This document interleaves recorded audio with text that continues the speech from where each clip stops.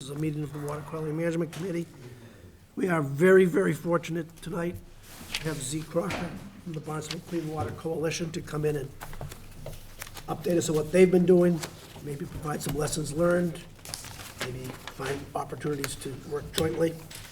And then I'm very excited to be able to say that John Smith, I guess it's Clean TU, I'm not sure what the TU is, who has the privilege or the luck or the, maybe the, I don't know how to quite put this, but the state, in their infinite wisdom, wrote these are nitrogen impaired zones, and the state wants to put the best technology out there. And oh, by the way, we expect it to be at a better number than the two or three systems we've already given general approval to work. And John's work is ahead of the curve in the sense that, last I heard, you have a couple more months, but I'm sure you'll fill us in before you make your magic 50, and then it's a case of sticking a boot up the ass of some agency to get them to review it and approve it. Because they don't seem to move fast. Yeah, put it in the minutes, I don't care. Z, you want to step to the microphone and give us a little background? Yeah, wait for John to sit down. We have to go to the microphone, because it's all going on TV, being recorded for TV later and everything. There we go. You guys are fancy. You got everything going on. Is the mic on? I'm sure it is. Should be. And Kristen, am I driving or are you driving? You're driving. Right-hand click or what am I doing? Yep, either click or arrows, whatever you want. There we go. And it's already on, right? That might be. Okay, terrific. There we go. Thanks, everybody. Z. Crocker, Barnstable Clean Water Coalition. I think I've met a lot of you guys, but the bottom line is I grew up on Cape Cod, came back after working my career all over the world, being in financial services, and I said, what the hell happened? Excuse my French. Water, very different than what it used to be. So about 8 years ago, we started to work on what can we do in this 3 bays watershed, which is pictured here, the third worst estuary in all of Cape Cod by nutrient load. You guys know that the gold award unfortunately goes to Pompanesett. You guys get silver. Congratulations, we're quiet. So not an award that any of us want to get, and so the question is, what can we do? We all know that sewer is tremendously important. I'm going to touch on that. We know it's important. I know it's important. We're going to continue to support that work, and I have an update from the town of Barnstable on that, but we think there are other things we can do too. So we're working on 2 different things, and I'm going to go through those, and I'll go through these slides quickly. You have them if you want to refer back or ask questions. We're restoring a cranberry bog like you guys have done in Coonamessett, but in this case, we're doing it for the purpose of nutrient reduction. So we've been sampling for over 5 years in the Marston's Mills River and in this about 100-acre bog system. We're now working through 75% design specifically for nutrient reduction. That's our target. That's what we're trying to do. It'll be a beautiful, we believe, environmental restoration, but we're doing it for nutrient purposes. And on the left, you see John Smith system. Alternative septics we think are going to be tremendously important going forward. 3 bays. Dr. Brian Howe said about 48,000 kilograms is the load. We need to get that down to a level that means reducing about 22,000 through that one bog system, about 8,000 kilograms, so almost a third actually transits these bogs, not from the bogs. It's a collection system, groundwater, a historic wetland area for eons. This is the area just to familiarize everybody with where we are, where we're working. Circled up there, the area that we're working in these cranberry bogs, and just off to the side is where we have the Schubel project that I'm going to describe to you in a minute. And so, as I said, water quality is the key focus here. It's not a co-benefit, it's the target. I always say in the 1850s, we think bogs helped save economically this part of the world, and hopefully in the 2050s we can help save it environmentally, and I think it's really literally that important to harness the bogs that are out there, the abandoned bogs. There's a lot of abandoned bogs. Virtually every river system has abandoned bogs that we think can be repurposed to wetland purposes and help clean the water. I don't know if you guys caught this or not. The Wall Street Journal ran an article about 2 weeks ago, and I thought you'd get a chuckle out of it. I did when I read this article. Bet you didn't know you had Moses-approved technology in your backyard. And then Deuteronomy quotes basically a Title V system as far as I'm concerned. Dig a hole in the backyard and cover it up. It's in the Bible. And you know what? You guys, we all know, hasn't changed much. Pretty amazing. That's the bottom line. New regulations are coming. I know you guys are working on those. We are. Tisbury, we highlight as having done a particularly good job at looking at being very aggressive, house sales, upgrades, new construction, expansion. Concom over there has been very aggressive. We really believe it's going to take a very aggressive amount of work, especially for any homes that are very close to the water, and we'll talk about time to travel in just a second. You'll know where we are in technology. Provisional is where John Smith systems are. We're focused on John Smith systems because early on we did work with the US EPA looking at the 3,000 systems at the time, it's about 5 years ago, that are in the Cape and Islands region, and we really discovered none of them worked. Started to work with John, started to put his systems in the ground, and the system works. The work that is being done by the EPA to monitor our project at Schubel is particularly important to show that work. So that's the system, best in class. I'm, again, not going to spend time walking you through things you're going to know and John's going to talk about. But relatively low cost. Modular, we think that's a key. Low maintenance, and we know that because we're operating over a dozen systems now for 2 years ourselves. Real-time monitoring is absolutely critical. We don't want to be in a situation for any IA where anybody can just unplug it. They all require power and walk away. So you really need to know, is it working, is the power on? And in this case, the ability to operate in the absence of power is absolutely critical.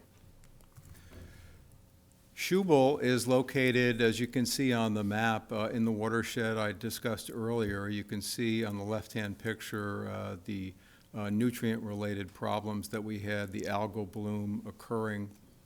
So we decided we'd work with USGS and with the US EPA to identify a location where we could put in a cluster of homes. And this is an image of what we've done in Schubel.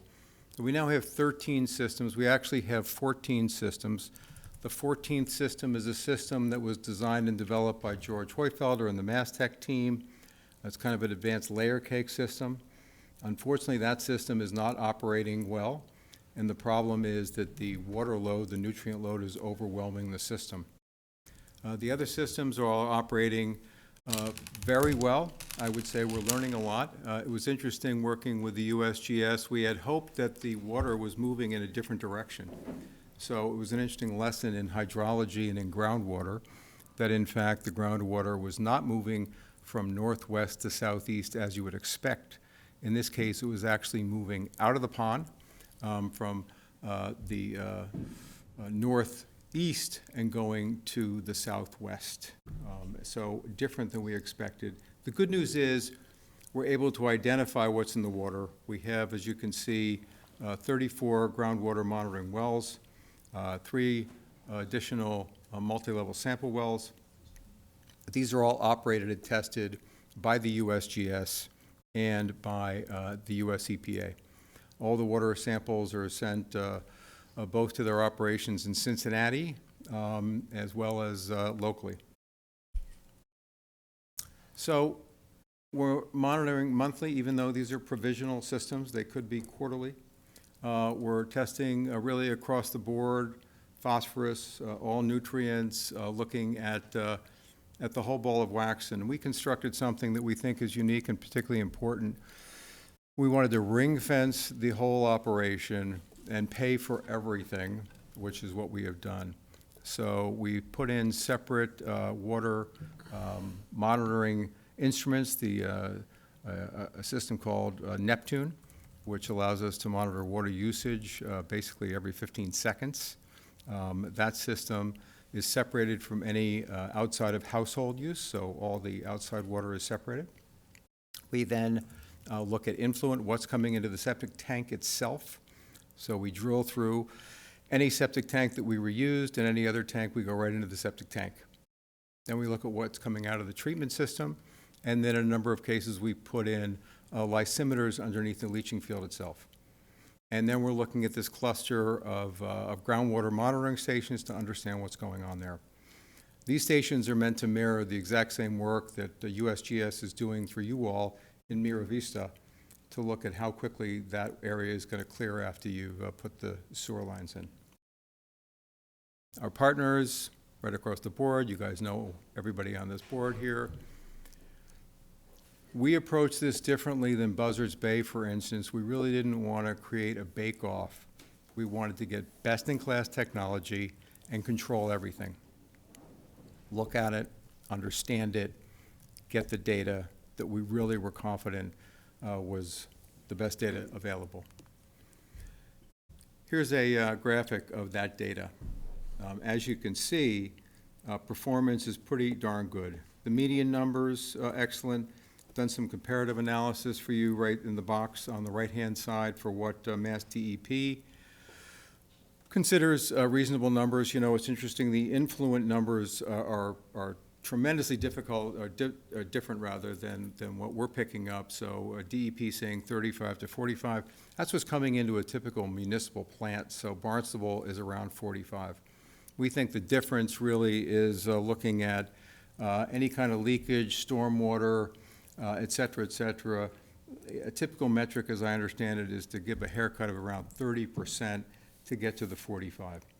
So we think that somewhere in the 60 to 80 range is probably a reasonable number to think about for influent. You can see the numbers in the yellow or maybe orange bar chart to see what the systems are delivering. Pretty darn good. Really exciting numbers, best-in-class numbers. You know, we've showed these numbers around to different people around the country, and often the reaction is, impossible, this can't be done. But here we are. The numbers are being delivered. They look really, really good. We're really excited about what we're seeing so far. So with looking at water usage, the whole idea here was to approach this and say, hey, we know we're going to get a lot of different people in this cluster of 13 systems. We've got one little old lady, we've got an older couple, we've got a family of 6. This is a neighborhood that's quarter-acre lots. It's not environmental justice, but it's close to it. As I say, you know, for the most part, we've got people that are painters, house workers, the guys cutting the lawns, et cetera, et cetera. These are the people that live in these homes. So we're getting a different mix. Typically, in this area and in general, people change households every 7 years.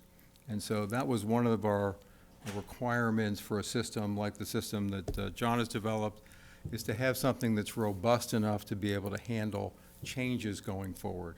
We're going to have different households. We're going to have different people. You've got to be able to handle a lot of variability in these numbers. And yet we're taking out a lot of nitrogen, okay? Really a lot of nitrogen. Pretty exciting to see how much we're actually taking out of the ground here. So this again, now we're looking at mean numbers. So, you know, the numbers here I think are very, very telling for what we're trying to get at Schubel, which is something that I don't believe has been done anywhere in the United States or anywhere as far as we know. And that is to understand, what are we actually looking at in the groundwater ultimately, right? So here we know that we're looking at groundwater numbers of around 5 milligrams plus or minus nitrate as nitrogen. And those numbers we know are really before any treatment has occurred. We're not seeing the impact yet of the changeover. And so if we look at these numbers and look at the math, and even if you give some credit, you know, in my mind, the questionable numbers that Mass DEP uses, and we know they're doing the best job they can, perhaps. If you do that math and look at a 70% reduction, essentially, to get to an 8.14 mean at Schubel for what's coming out effluent, we should see 5 milligrams go at least to 1.5 and probably better than that, really over time, and that's what we're hoping to see. So what does that mean? It's dialing back in time. So this is a graphic of a drinking water well in Osterville going back to 1960. And the left-hand axis is nitrogen. And so we can see that in the groundwater, we were well below 0.5 milligram, which is where we should be, right? Natural numbers in the 1950s, 1960s would have been back at this kind of level. And in my mind, that's the gold standard that we're looking for over time in Cape Cod if we believe that we can put in a lot of these individual septic systems and count on them in addition to sewering as part of the treatment that we can look at collectively here on Cape Cod. One of the things that I think is an opportunity over time is housing. How are we going to pay for this? I think that the data that I illustrate here that's exciting is for a 3-bedroom home, this is using DEP numbers. I actually think our numbers are superior to that at Schubel, but we'll use DEP numbers. An 81% reduction. But if it's an additional bedroom, it's still a 75% reduction. That's pretty darn good. And what's interesting about that is we know that all of this is going to cost a lot of money. We know that I get people knocking on our door all the time saying, gee, if you can help me put another bedroom in or an accessory dwelling unit, I'm going to pay to do this myself. And I'll illustrate that with a comparison just down the street from where our office is in Osterville, a street called Bay Street. Gentleman bought a lot for $3 million on the water on North Bay, which is a terribly polluted body of water. Built himself a $3 million house and called me up and said, I'm so excited, I'm going to put in one of these new systems. This is terrific. Called me in January and said, oh, man, construction costs are killing me. I'm just going to have to put a Title V in. Sorry. This is the problem, right? We all know it. Unless people are mandated to do this, they're just not going to do it. Even people that have millions of dollars. Of course, some people do the right thing, but a lot of people simply aren't going to do it. And so for Barnstable, we've been talking about the concept of subsidized to equalized. This is a line from a guy named Bruce Walton, who you guys may or may not know. Been doing a lot of work on finance and looking at this.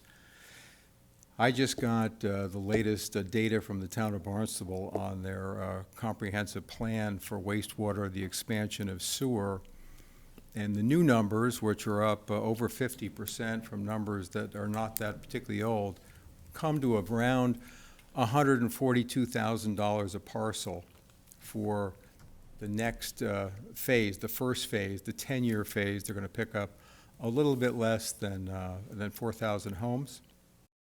And it's going to cost a little bit more than $500 million.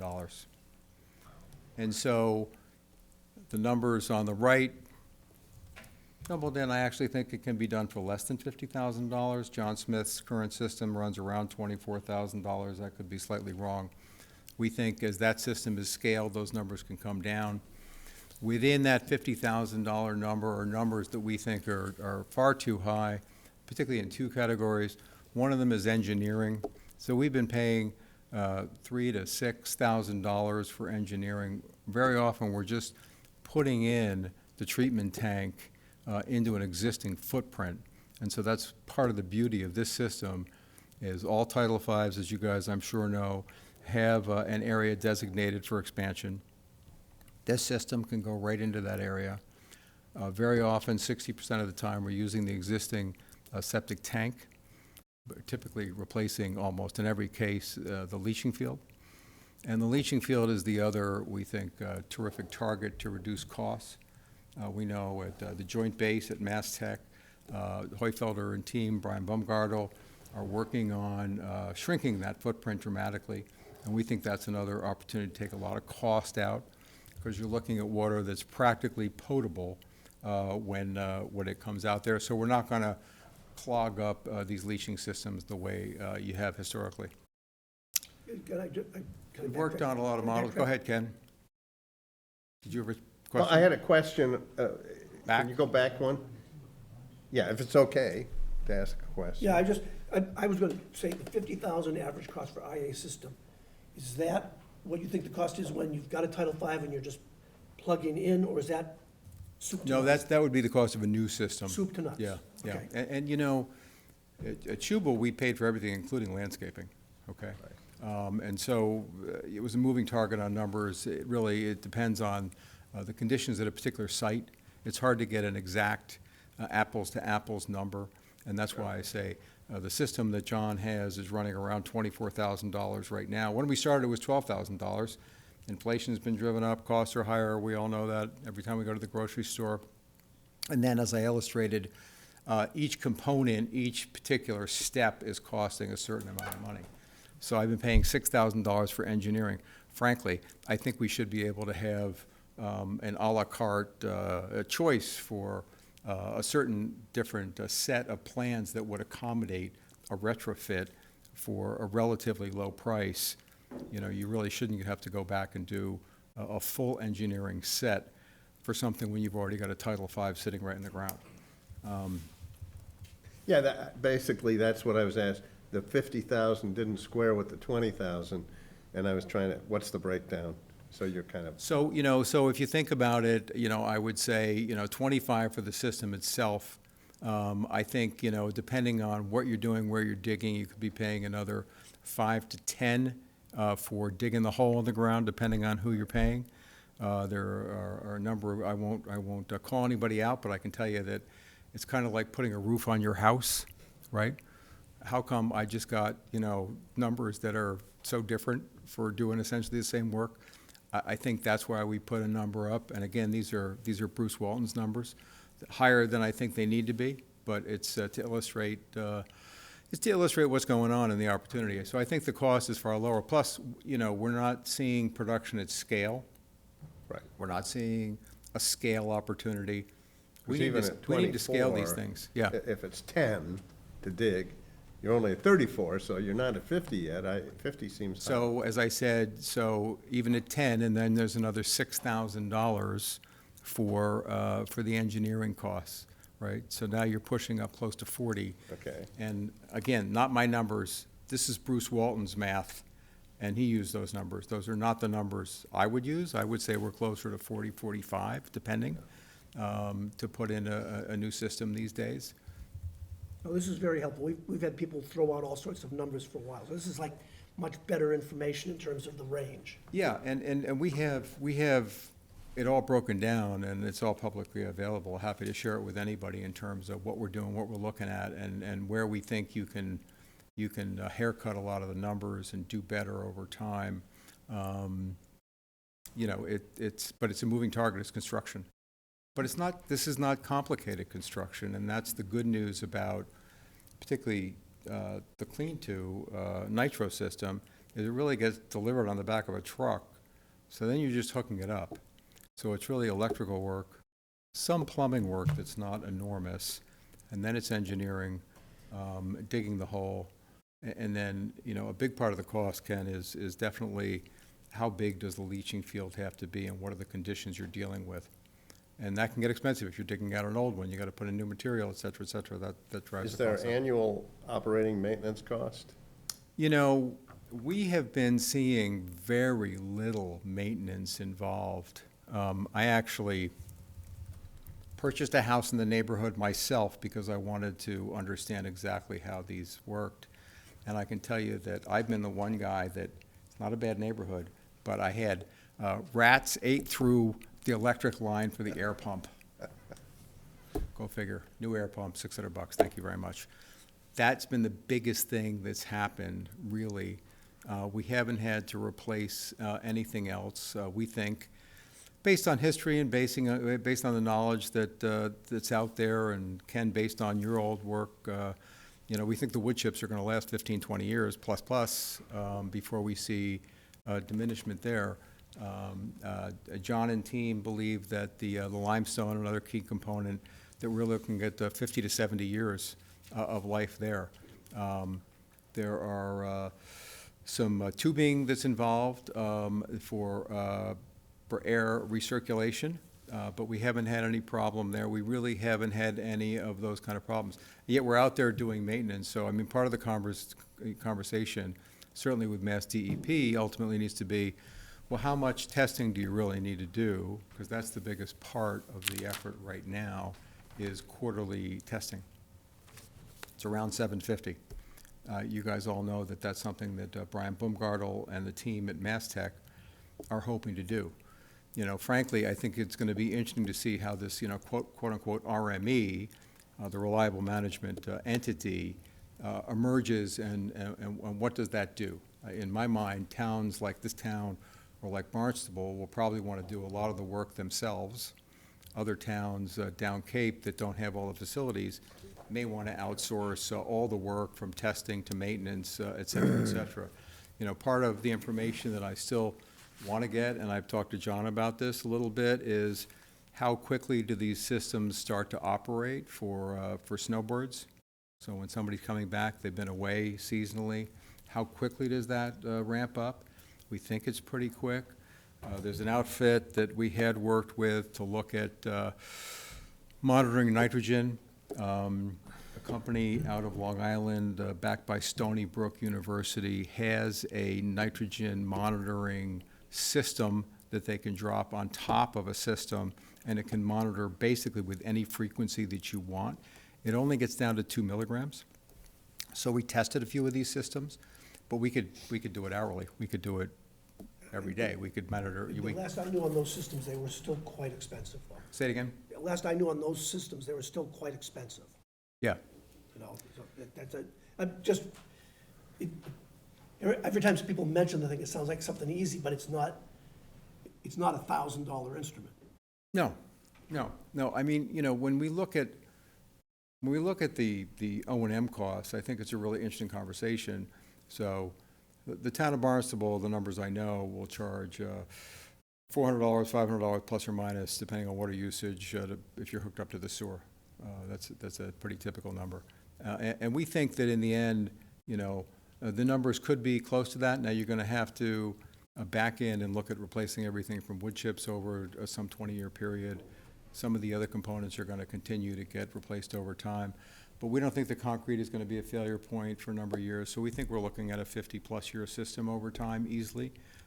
Yeah, the components are going to, some of them be replaced, but we think that that's the kind of number. Now, when we look at talking to the E&C firms, even though town of Barnstable, again, will say, well, our costs are around $500. The E&C firms say it's probably close to $1,400 or $1,500, really, when you look at all in for what a municipal plant has to charge internally, what it's really costing them to maintain a system over time.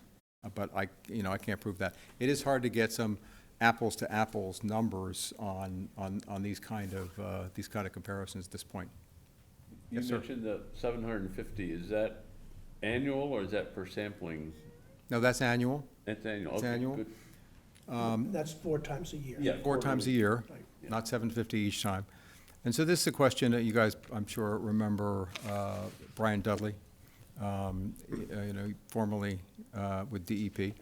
And this is a conversation that still needs to happen is, okay, when we get hundreds of these, what's the plan? We don't have to do quarterly. What I've been hearing is some kind of a randomized testing that duplicates some kind of an annual testing is what I think makes most sense Yeah. over time, especially as we start to get more knowledge of these systems and what they do and what they can do, and where any failure points might be. Look, what's another problem that we had? We're using a standard tank.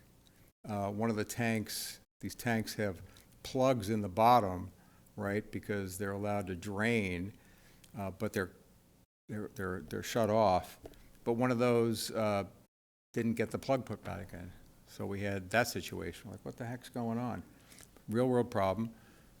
The supplier, John's supplier, said that's on us. Dug down, concrete that can tolerate being wet was put in, and it solved the problem. So it's not like there aren't problems, and it's not like we don't have work to do to figure out what they're going to be. We do, but compared to a lot of the other, and really any other system, and I get this question all the time, well, why did you pick this system? How can you just be supporting this system? And the bottom line is, the only system that we found that works, really. There's another gentleman who you guys also know who has the permits and full permits for a fully approved system, the Night Trek system, but there's only 4 of those operating on Cape Cod, and we just don't have the numbers to support that effort.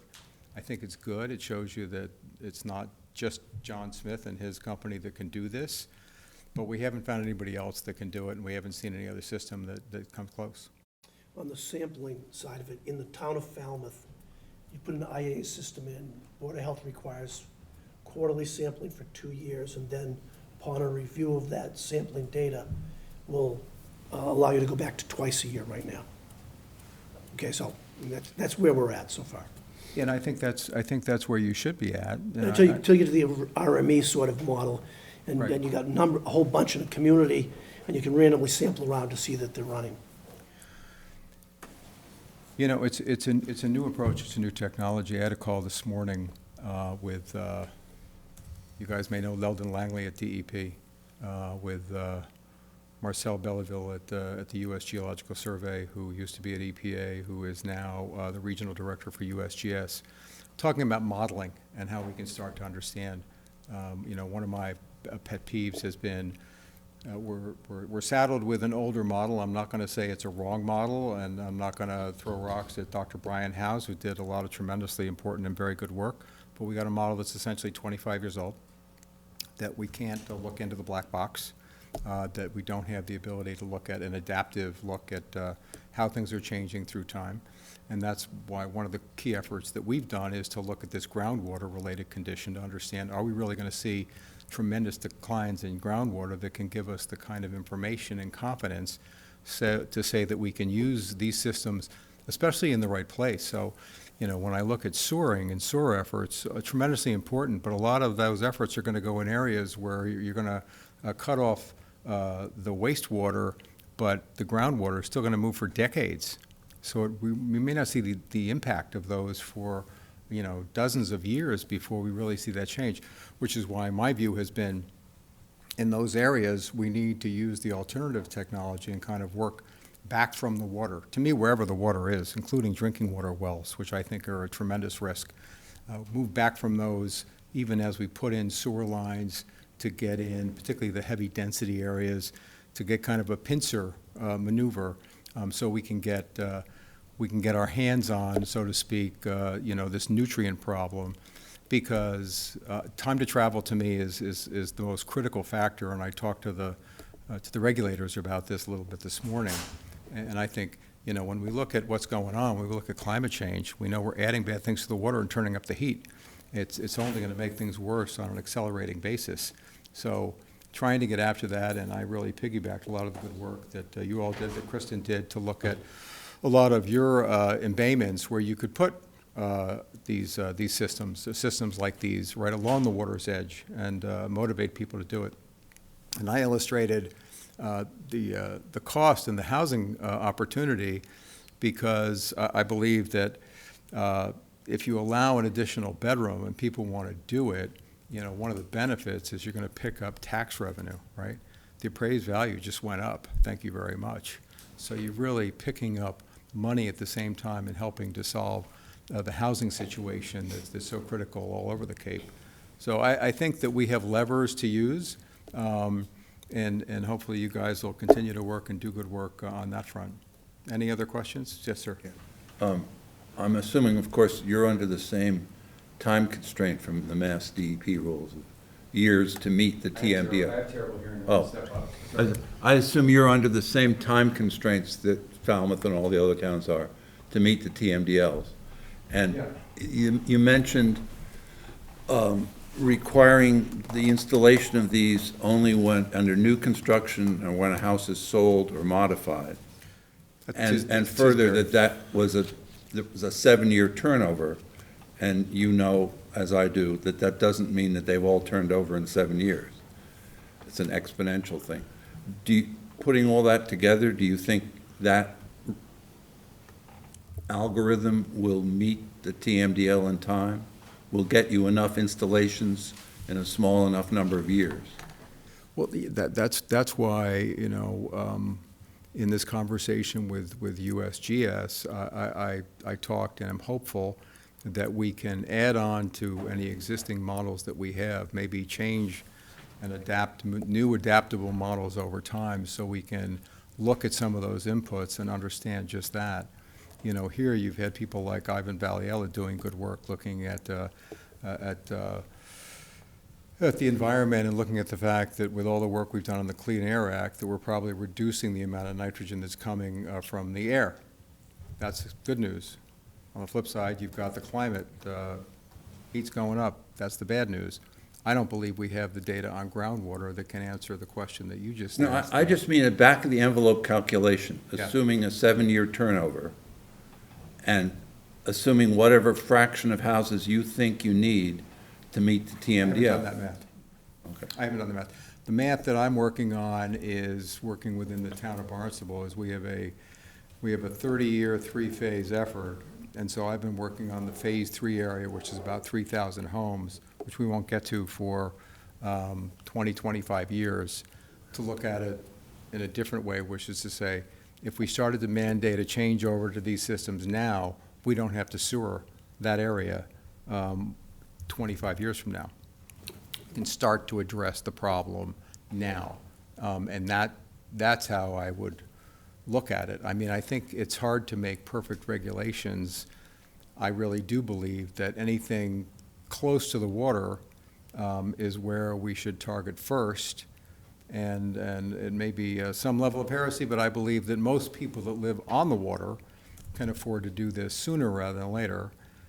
I know it's not a trivial expense, but the bottom line is it's costing us all money in the long term anyway. So, and I think that we've got, as I think everybody knows here, the state has instituted a grant program for $18,000 over 4 years.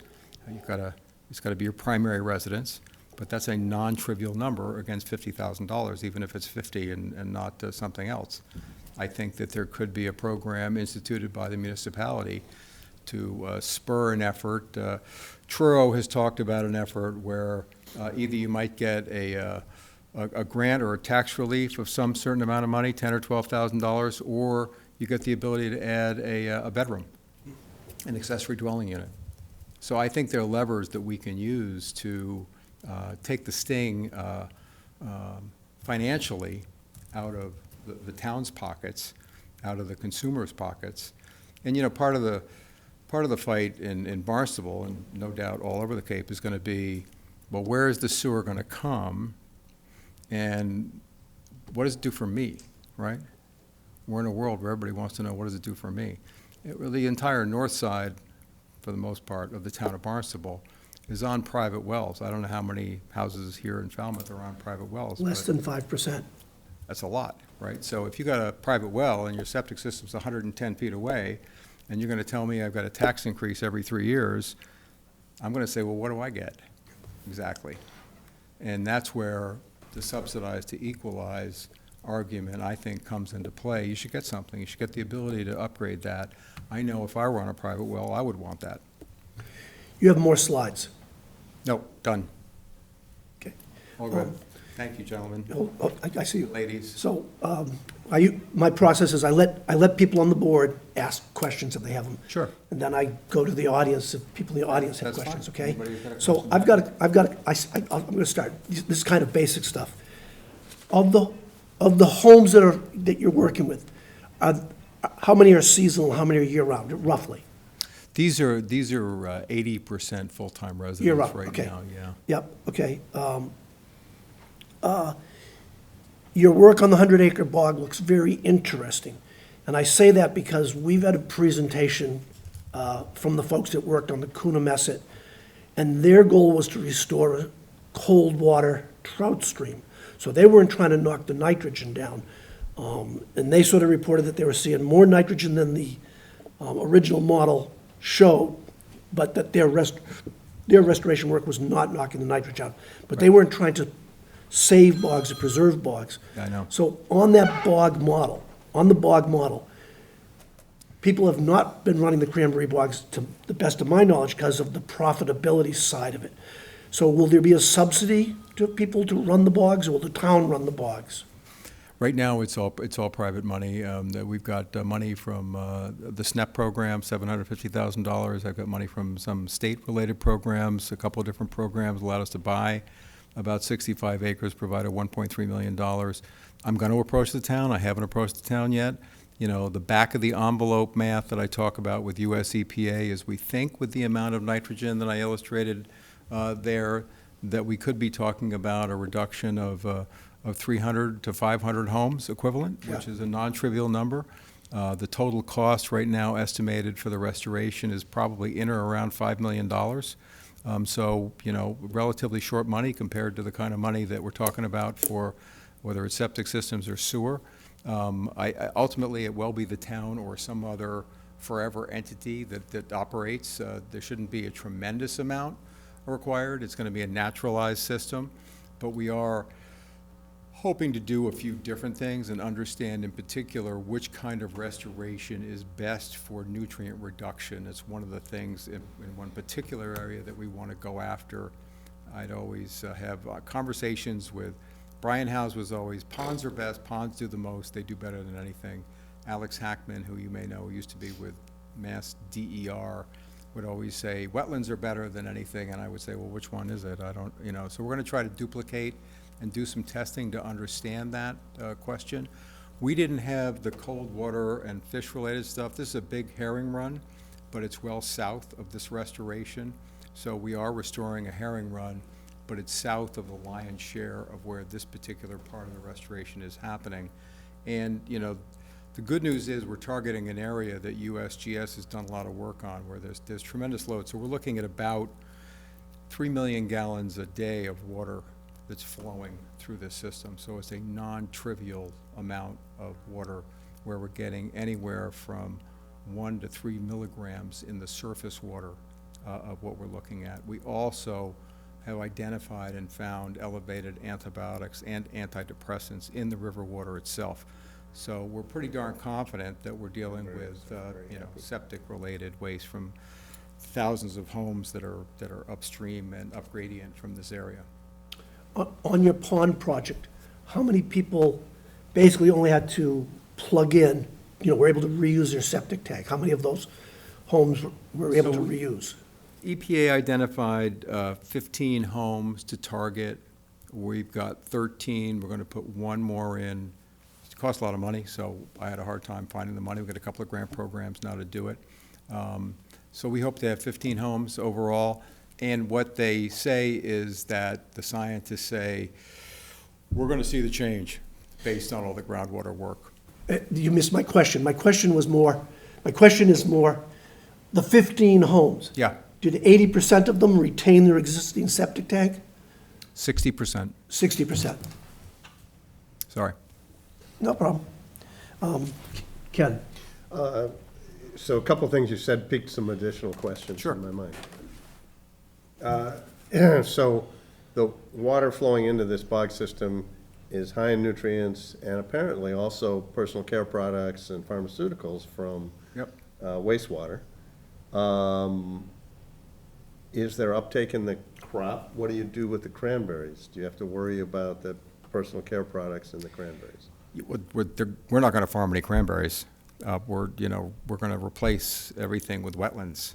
Okay, so you're not We're not going to gonna be- maintain this as a cranberry? No, it's going to all get replaced.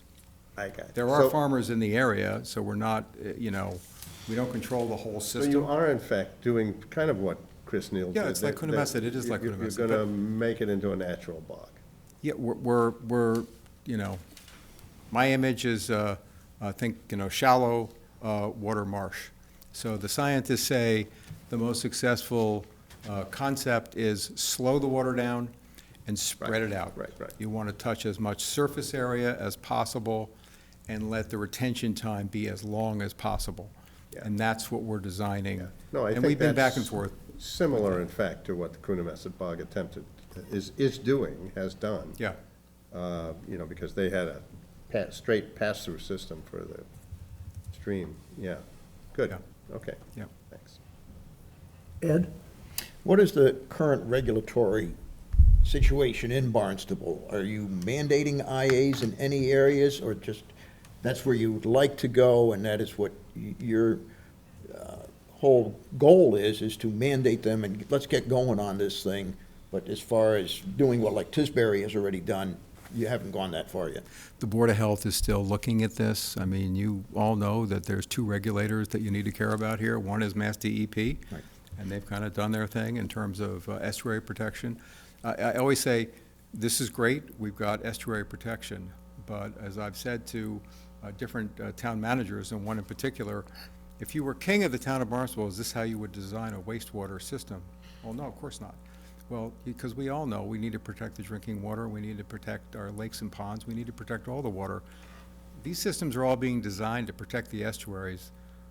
I want to protect the estuaries too, but we need to do more than that. So there's that tug of war, I think, right now. So we've got this overlay district, as we all know, for the nutrient-sensitive area. And I think we don't know what DEP is going to allow or mandate. Barnstable has been early in applying for their CWMP permit. I don't know if it'll be accepted or not. It's really, on the face of it, it's really just the sewer expansion permit that, as I've said, I don't believe is going to be accomplished because I think it's too expensive. I don't think we're going to get there. I think it's so much money that the voters are going to say, no, thank you. And that's why we need other ways to get at it. And that's why I think we need to work with the regulators. I don't want to delay, and I certainly don't want to say that we need a whole new model on top of any existing models. We need to figure out how to take action sooner rather than later, especially close to the water, which is why time to travel is so important. Good, thank you. Steve? John? Thanks, Z. Thank you, gentlemen, thank you. Sorry, I do have a question, Sorry. Public. which is related to phosphorus. I know, the presentation is, geared towards nitrogen and our estuaries, and trying to mitigate, nitrogen pollution. So, thank you for that. And I apologize for not saying ladies and gentlemen regularly. Forgive me for that. I think phosphorus is a really interesting, tremendously important question. And I don't believe generally that most septic systems need to treat for phosphorus. I believe that near the pond, maybe within 1,000 feet of any pond, would be an important place to treat for phosphorus. And there's new phosphorus treating technology that's coming that's very interesting. And I say this because working with, again, USGS, and particularly Dennis LeBlanc, who some of you may know at USGS, and the work that was done at the Joint Base as a result of the terrible pollution that had happened there over time, and tracking that phosphorus plume into a Shumat Pond and elsewhere, with the thousands, hundreds of thousands of gallons a day of wastewater that were being put in.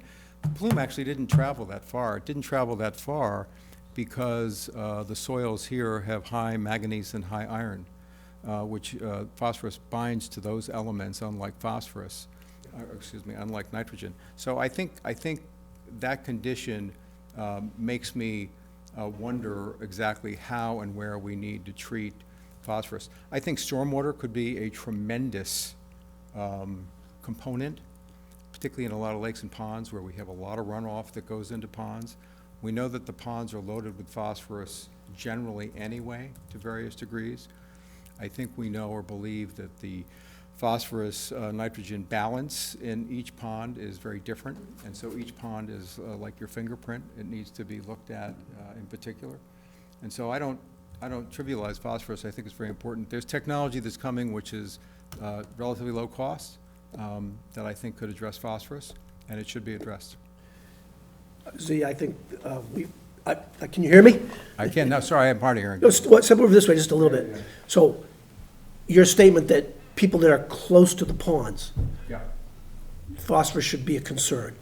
We have done fairly extensive looking at our infiltration beds at the treatment plant, which are looking at an effluent in the 3 range. Yep. And we look at the time of travel to the nearest pond, which is Crocker Pond. And we've looked at the soils and the ability of the soils to naturally attenuate phosphorus before it gets to Crocker Pond. And at least the consultant we've used has said, you could discharge into these beds for 100 years before the phosphorus become an issue at Crocker Pond. That's not to say phosphorus isn't an issue from systems much closer to the pond, okay? Just wanted to touch that. We've had a little bit of that already about phosphorus in ponds and whatnot that we've been playing with. That's what I believe. But listen, people who live on ponds, there's nobody more passionate than people who live on ponds on Cape Cod, right? Maybe if you live in here, right? So, I'm very, very sympathetic to that. Work with, different pond associations, especially in Brewster, where they're trying, some different technologies to look at phosphorus. I'm sure you've met Kim by now, but Yeah, Kim we has talked- we just talked organized a before pond the meeting. coalition, much needed in this community, and Yep. when do we vote on your members? As soon as the select board allows, I'm hoping April 22nd, Soon, soon. okay? Anything else, anybody? I No? think we have, Kristen, do you have anything?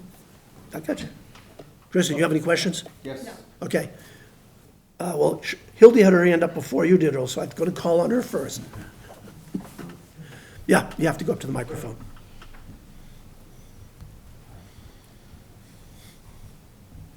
Hilde Menge, Precinct 8. What are the costs for the landscaping? Because I've seen a lot of destruction during the construction of in this installation. We've talked to a lot of people, say, well, all my trees have to be cut down for the machines even to get there, because their septic has been in there for a while, trees have grown up, so the costs are tremendous for the people that I talk to. And some people say, there's no way a machine even can get to where my septic is. So I just want to know what the cost is for that. For what, would you talk directly to me? The cost for landscaping. Well, listen, landscaping costs are non-trivial, we all know that. And so, I mean, if you've got your septic tank underneath a stone wall, and, you know, you've got to move that and every other thing, yeah, I mean, the cost can go up dramatically. But these costs are going to be high no matter what you're doing. I think that one of the things, certainly in the town of Barnstable, to recognize is the number that I just quoted, $142,000 per parcel, does not include hooking up yourself to that sewer line which comes to your curb. That, again, is a non-trivial number. It could be $2,000 if you got a small house and it's close to the curb, but if you're down a hill and you need to pump it twice, and you've got a lot of landscaping-related stuff because your pipe goes the wrong way, it's a lot of money. So, you know, I hope that one of the things that can be accomplished over time is for the ability to use the state revolving fund money, the federal money that comes through SRF funding, to do more than just the hardscape itself. I think there should be the ability to finance, and that's one of the things we know that they're working on at the county. I think it's particularly important. So if we're able to do three things, if we're able to get a subsidy from the state, some kind of incentive from the town, and then low-cost financing, I think then we can take a lot of the sting out of doing this work. Earl? Do you know Hildy and Earl from the Green Center? Hi. Earl Barnhart, Green Center. Can we see the slide of the 13 homes next to the pond? Sure.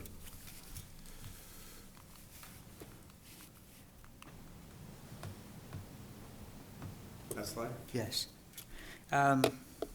You said that the direction of the water flow happens to be downstream and away from the pond. Is it fair to say that the IAs in the 13 homes will not affect the nitrogen in the pond water and will not, in fact, improve the pond at all? That's true. Okay? The reason I bring that up is that this committee has produced a map of ponds in a watershed with a circle of IAs around each pond. And from your experience, they have to modify that map and put these IAs on the upstream part of each pond, not on the downstream and not on the sides. Let me answer this one. So we've been creating drafts of sort of scale of things. These aren't definitive plans. We haven't put groundwater monitoring wells in to measure direction of groundwater flow. And that's the whole watershed planning, to figure out more about each one of the watersheds and each one of the estuaries to better define the extent to where we're gonna have to ask for some type of IA system. So that, it's kind of like saying, you can buy a car for $40,000. I don't know what car I'm buying, I don't know what dealer I'm going to, and I don't know whether I'm getting a spare tire in the car yet, okay? But I know that I gotta buy a car in the next 5 to 10 years. Wait, I want to see if there's any more questions from the audience. I've already got you one time. Anybody else? All right, Hildy, back up. One thing I would say about ponds, I'm not a scientist, I'm not an expert on this, but I've been doing it for a while, so I've learned a little bit. What is interesting to me that I did not understand is that while groundwater generally on the southern spine of Cape Cod tends to move from northwest to southeast, the groundwater, as it approaches a pond, actually comes up and into the pond. And then it goes across the pond and spills out like a glass of water. I had no idea that that's the way it worked. I thought it went through the ground, through the pond. It's not how it works. And so the work that we did here that was done by USGS was not complicated, because they simply took a metal, what looks like a T, Ken would be very familiar with it, and you're able to put that in the bottom of the pond right by the edge and test for temperature.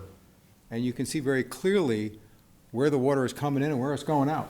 Right. And so it was really using that approach, which changes a little bit over time depending on rain and all that kind of good stuff, but it's a pretty good number. So we were using the best-in-class group, USGS, who said, oh yeah, this is all flowing into the pond. Well, they were wrong. But we only knew that later on and after the fact. I'm disappointed a little bit, although 15 homes were not going to change the conditions in this pond. We did do it with the intention of helping the ponds.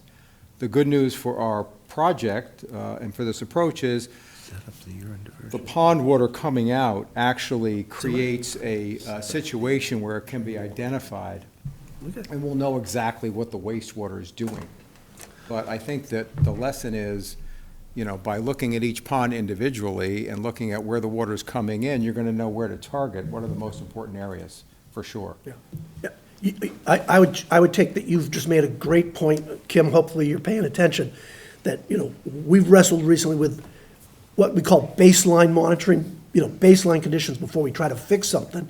And it sounds like for a number of the ponds, one of the first things to do is to figure out flow direction for ponds, to know where the optimum benefit's going to be from anything you do. Yeah. Steve, you have a question? Yeah. There's another technology that's received a lot of press in Falmouth recently. Can you hear me? Yep. Called urine diversion, which Right. involves doing nothing outside your house. Yeah. And strong proponents of that are in this room as I speak. Is there and they're probably laughing at your cost comparisons because they feel theirs is much lower, no landscaping and so on. Yeah. Do you have any interest in that for Barnstable? Listen, I've worked looking at urine diversion. I've met with some groups that are up in Vermont and New Hampshire. We've looked at composting toilets.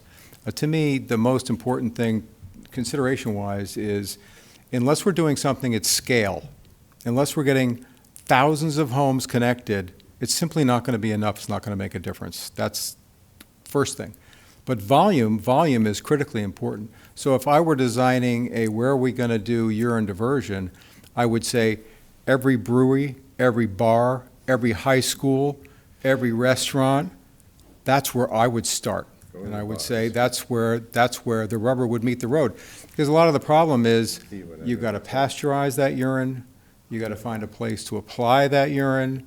I think it's a good idea, but I'm skeptical of the idea that individual households are the place to start. I think businesses could be a great target for exactly that kind of effort. Z, I want to thank you for your presentation. Thanks. Thank you very much. This has to do, Hildy, this has directly to do with the systems they were installing and what's going on. If this is a back and forth about urine diversion, I'm not going to entertain it. No urine diversion. Huh? No urine diversion, just a comment of Okay. what was related. one second.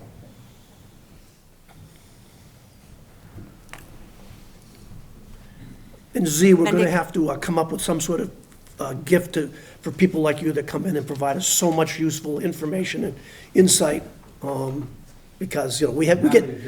No, you've got a large amount of information, what's going on in Barnstable, and you covered a lot of the elements.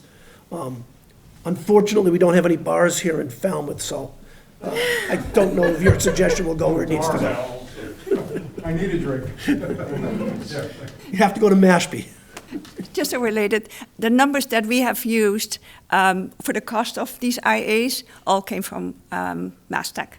So they have been between 30,000 for the very cheapest that they ever were able to install to 100,000, and they kept a middle ground of 50. But it all depends how it's located, if the septic is still good, if all the other parts. But they said some of them are very, very difficult to do, and there were some 100,000. You just walked over one of my little lines, because he's talking about the costs for IA systems. Yes. And you want to talk not about the cost for IA systems, but you want to talk about the cost for urine diversion. So you stepped over it. Please don't do that.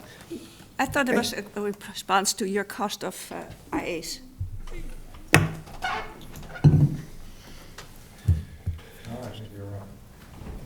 Yeah.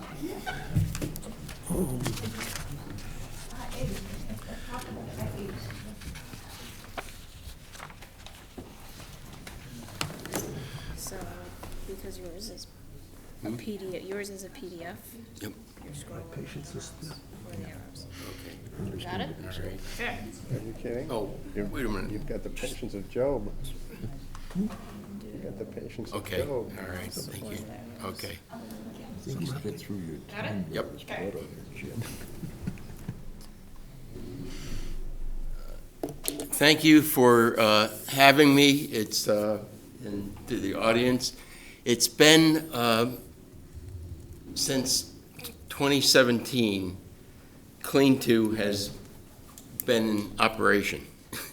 And it started with the provision, our pilot permit on Martha's Vineyard, where we installed 10 systems using a Mass CEC grant.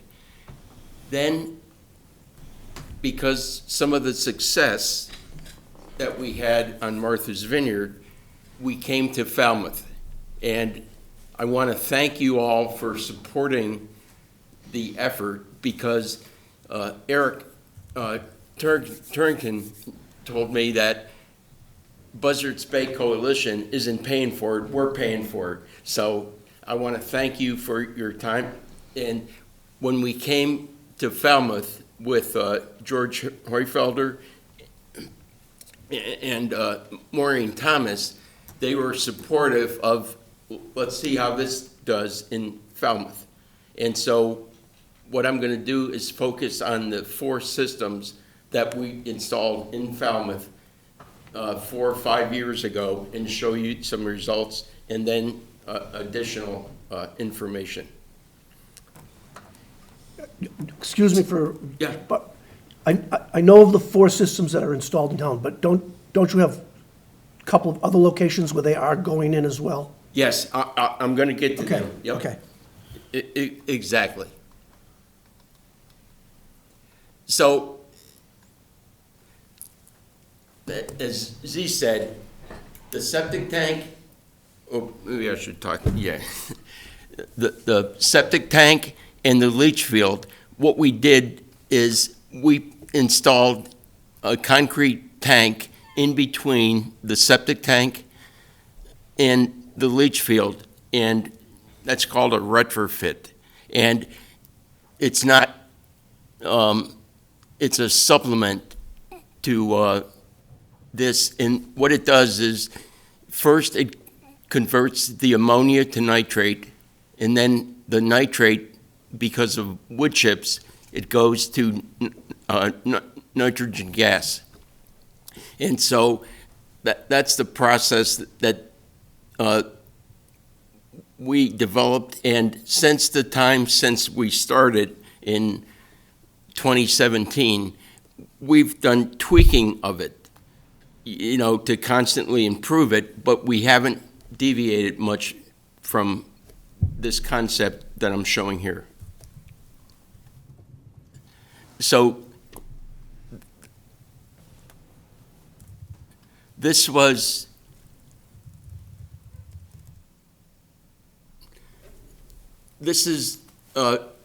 number 11 at Nashawina in West Falmouth.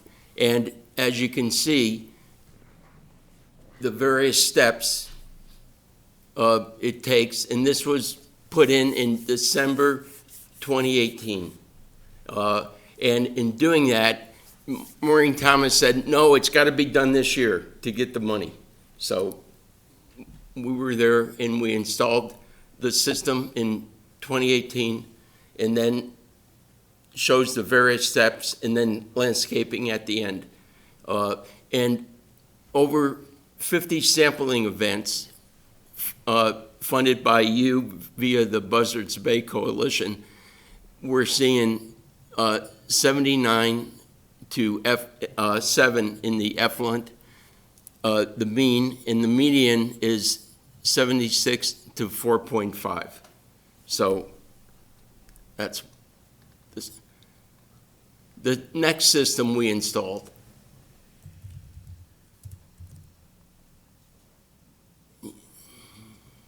was at the West Falmouth Fire Station, and that was installation number 12 and put in September 2019.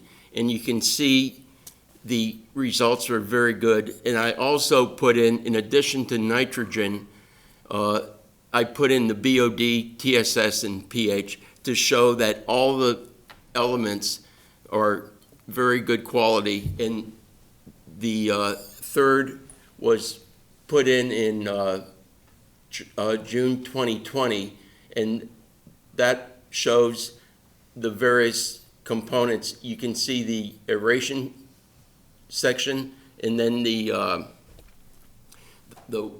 wood chips, and the results are also very good in terms of total nitrogen, but also BOD, TSS, and that is the reason now at Mastec we have put in the third generation, showing that because this quality is so good, you don't need a leach field that was designed to handle Title V, because Title V still has BOD, TSS, but this water is fairly clean, that we're seeing good results beginning to a reduced leach field. This is where I jump in again, only because you're in the midst of trying to make it a more efficient system in terms of cost for installation, but you haven't got there yet. So it's a projection, not an actuality.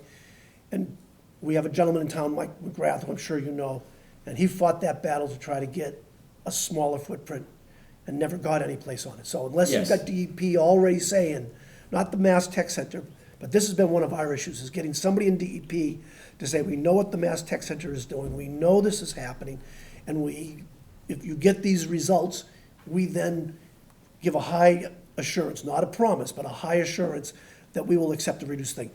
I'd love to hear that you're on a path with that someplace, because this is where we keep getting stuck in here. And, reflecting back to the whole urine diversion thing that we're supporting and trying to advance forward on, we're just not getting the feedback that we need, or the feedback through the Mass Tech Center. So I just caution you saying it's gonna be a lot smaller.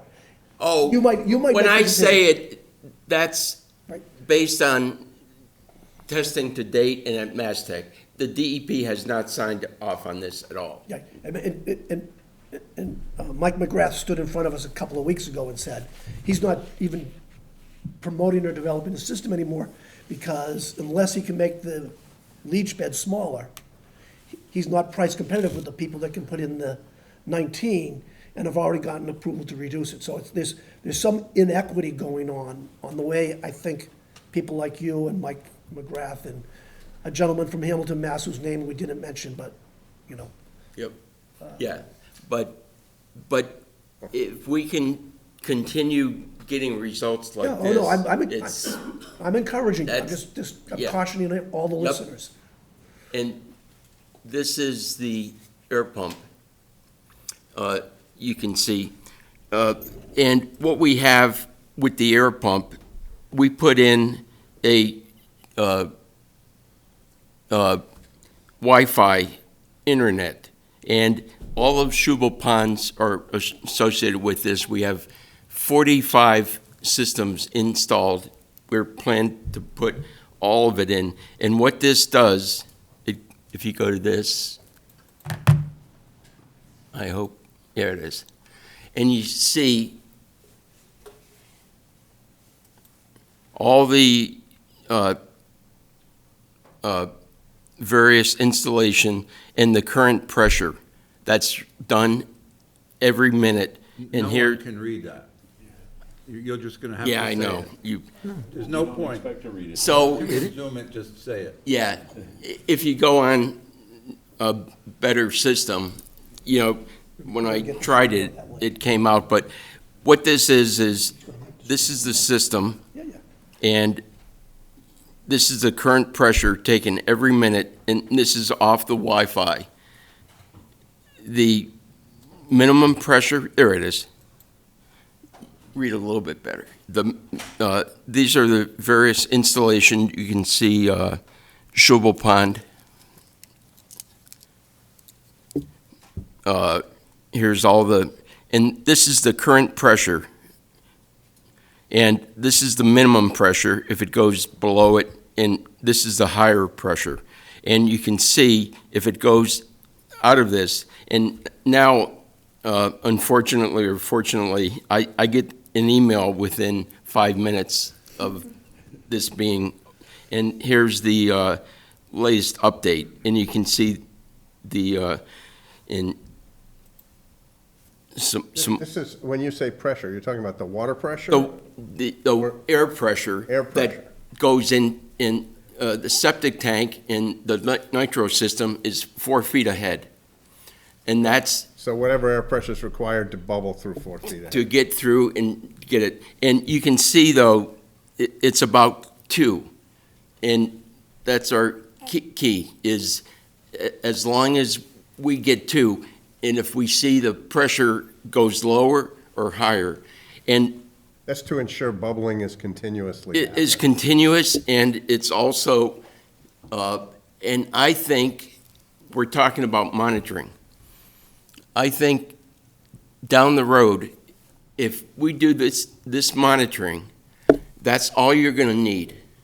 And, you know, we're not there yet, but with the results that Z is generating in Barnstable, Buzzards Bay Coalition, all this data now, it gives me a model that can be defended. So if I get to the point and I say, as long as I get the pressure, that's it. I don't have to do monitoring or anything, but if I do monitoring, as long as I have this, maybe a third of the system a year or a quarter of the system has to go in and be sampled once a month. But it doesn't have to be every sample and continuous monitoring for nitrogen. As long as I know that the pressure is valid. And for every system, you can see it's all about 2. That's the current pressure. And so. Do you see much temperature variation in that tank over the season? You see Sorry? much temperature variation in that tank over the season? Yeah, Does that goes from, it really comes from the septic tank, the first part of it. And the septic tank is, we can get down as 7 to 8 part per million, 7 to 8 part, Degrees centigrade? Degrees Celsius, and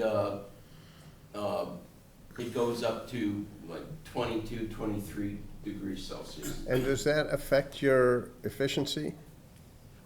It affects not the nitrification, but it affects the ammonia some. Affects the ammonia. It affects the wood chips, the nitrogen as it goes through, and it's not because. John, get back in front of the microphone, because this all gets recorded. Oh, sorry. No, no problem. Yep, but in the wood chips, as the temperature goes lower, it releases less organics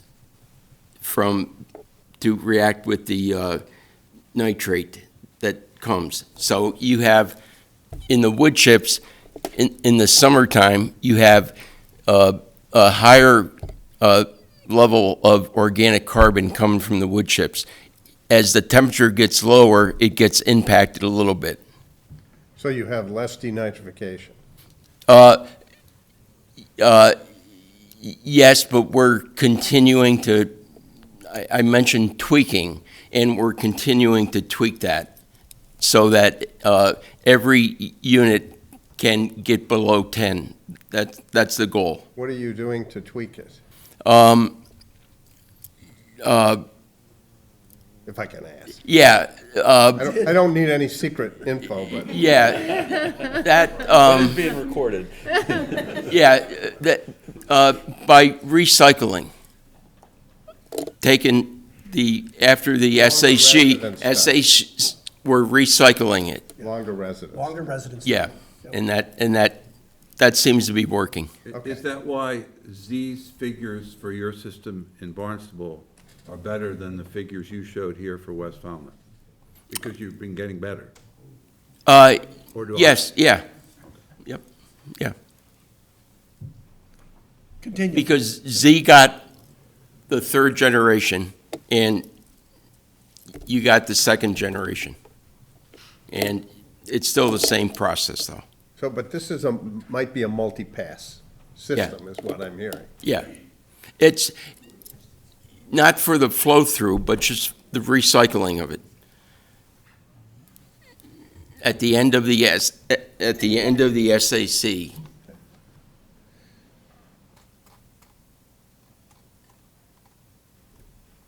the submerged aeration tank. Right. Yep, I see, it's the green one. The light Yep. green one, yeah. We recycle from here back. Right. Yeah. That's all. It doesn't change what goes through, but by that recycling is causing us to get lower nitrate coming out. And so you just tune that to the temperature? Is that, I mean, what triggers that recycling? Is that automated in some way? No, it's just continuous. We use the same air pump to do it as we use to add the air. And we don't have a separate pump or anything. Oh, it's an We just airlift. airlift pump, yeah. Okay. Okay, continue. I'm intrigued with your system, that's Yep. why I'm. No, that's, I wish I could answer it better, but okay, so we have the Wi-Fi to connect, and I do think that once we get all the systems with Wi-Fi, again, the hope is that's going to be good enough, because as long as you have Wi-Fi and continuous reading of the air pump pressure, that shows the system's working. If that's not working, you don't get the ammonia going to nitrate in the first Right. submerged aeration chamber. So And do you buffer the pH at all, or how do you? deal with it? that's a good question. You can't see it. Maybe the limestone are here. So in the aeration. Limestone. No, what we put is limestone in the submerged aeration chamber. And that gives the buffering, because as you know, when you nitrify, the pH goes down, and we have to put something in. And we use limestone from Western Pennsylvania.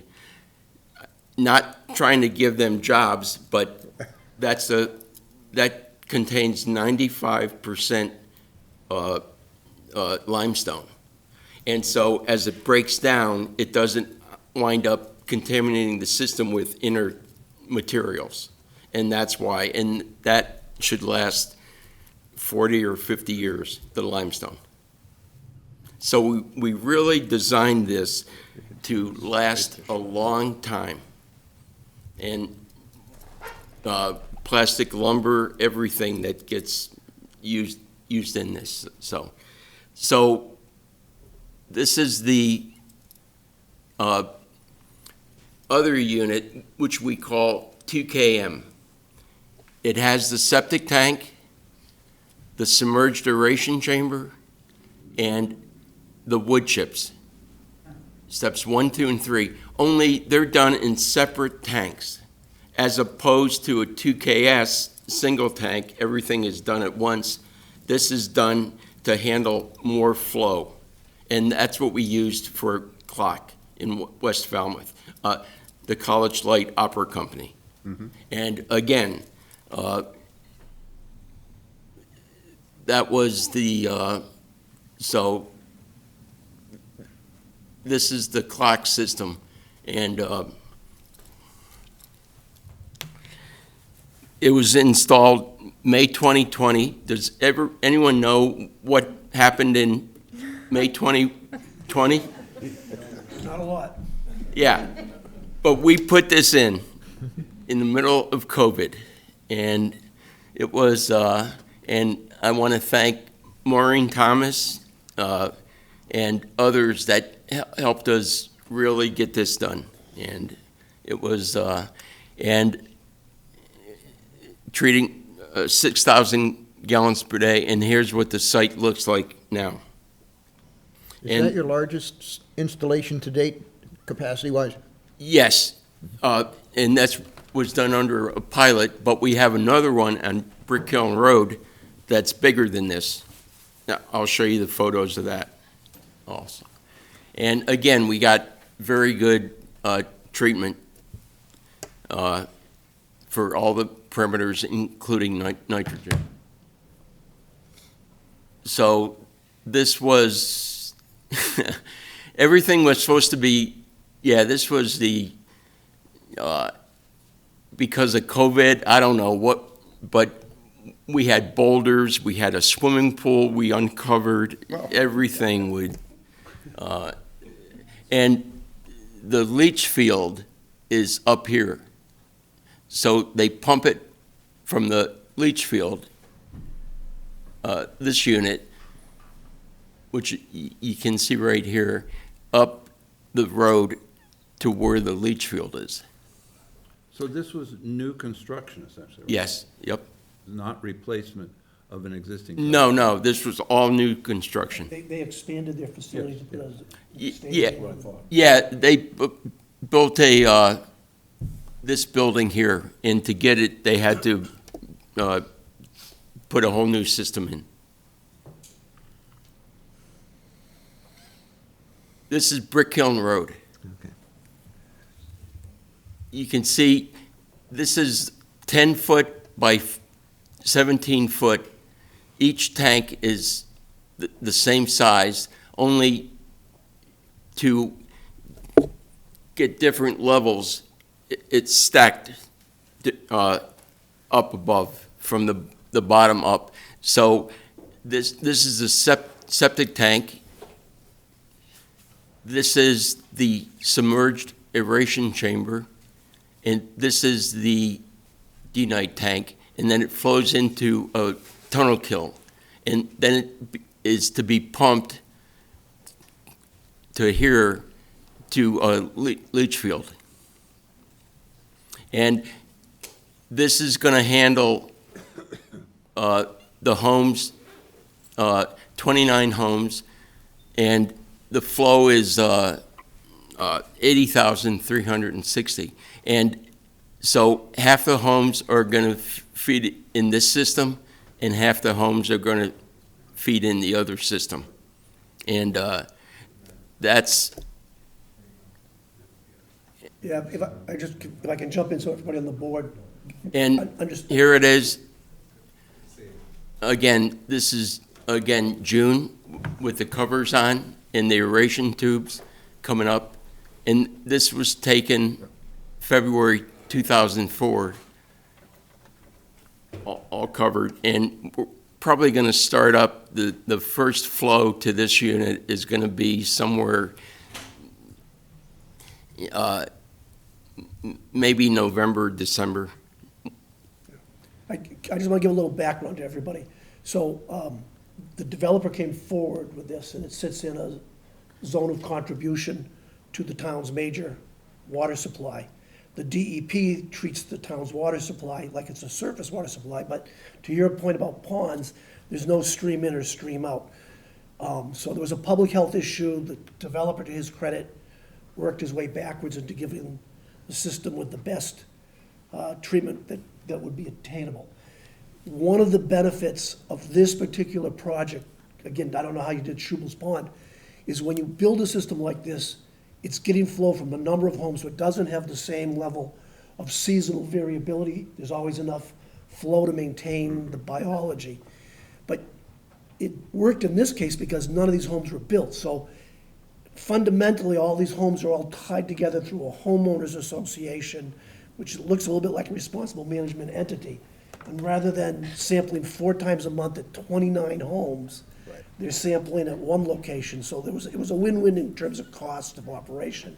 But a key thing was, if you go back into an existing neighborhood, it's hard to suddenly tie 25 or 30 existing homes together legally on deeds and everything. I know a couple places, people are wrestling with how to go about doing that, so. I didn't mean to cut you off. No. So, then, in addition to brick kiln, we have potentially adjacent to brick kiln is the YMCA. So we're doing that also. And, The flow for that one, John, for the Y is I don't know what it is, but it's similar to Yeah. brick kiln, I think. So how much redesigning do you have to do for each of these different applications? Because the tank size is the same 10 by 17 footprint, we just stack it. So it's just modular? Exactly. We can't go too deep. We can go 6 feet, and then we have to look at a different blower, so we keep everything not over 6-foot water depth. Right.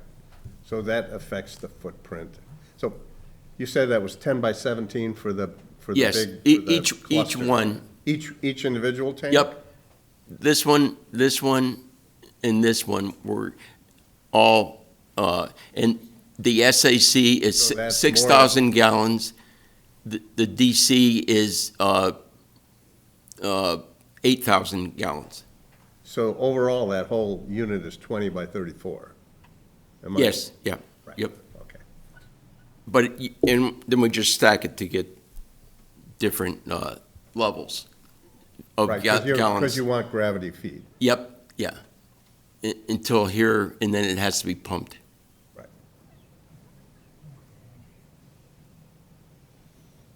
So I also want to thank Mastic. They've been unbelievable because we started this system, they called a 2KM. This is a septic tank, this is a submerged aeration chamber, and this is the denitrifying wood chip chamber. And this started in 2017, and it's still operating and still going good. And we're running this to push it to find out when it fails. It's no good just, oh, look at that, it works great. And that's why the flow goes from 400 to 1,200. Have you found a failure level? A few of them. Yeah, I'll talk to you. But yeah, we did a lot of things with this, playing with it. And this is when we looked at the recycle itself too. Here, we looked at that. And then at this one, we started up August 2023, the third generation of the nitro system. This is what went in at Schubel, and we wanted to test it at Mastec. So this was May 23. The system went in, and you can see the sampling ports, and the pump goes in, and then in August, this is how it looks. So, and what we're doing here is looking at, we're working with geometrics and the GST system. That's a special permit that they have. They can put a sand and gravel to get a smaller leach field. And even with that, we're able to unused leach field. We could, we're only using a 5x4 footprint, or 20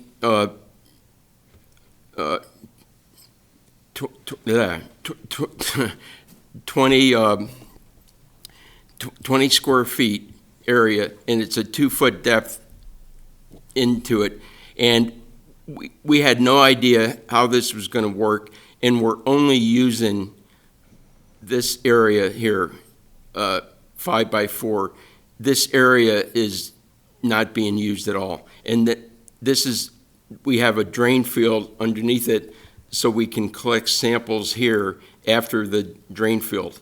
And so we're getting very good results, and we're testing for coliform bacteria, viruses, and pharmaceutical and personal care products.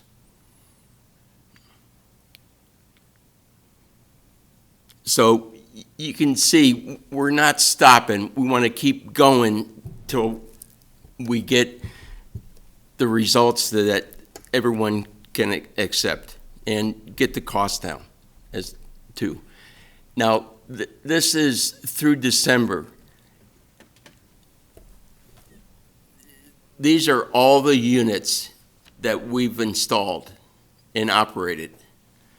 And beginning with here up to more recent. And you can see the blue numbers are all pretty good. And if you look at that, we see a total nitrogen of 107 going in and 9 milligrams per liter, or 91% reduction. If you go to the median, 91 to 5, and for all these units. And That's in chronological order, left to right? yes. Yep. So I think I understand the orange and the dark. That's what's coming in and what's going out, and you've reduced it.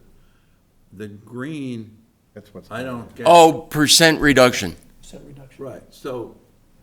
Yeah. It's mostly noise. I mean, you're not getting any better there or any worse, right? There's no Right.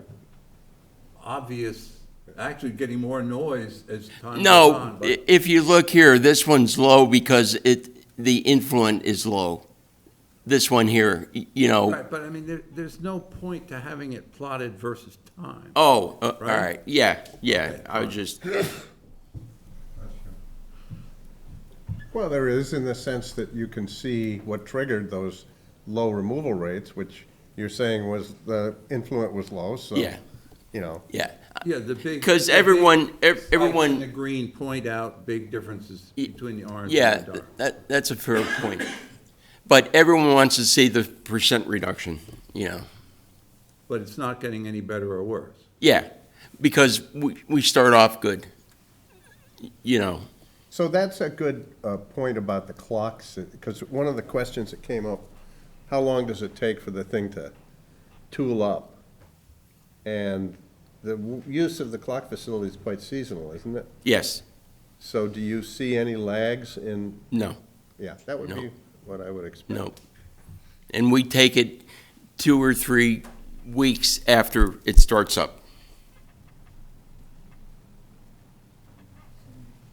Because that's how long it takes to get through the system to begin with, so, That's a long residence time. yeah. Okay. Well, with students coming in at different, Right. so what we're looking at is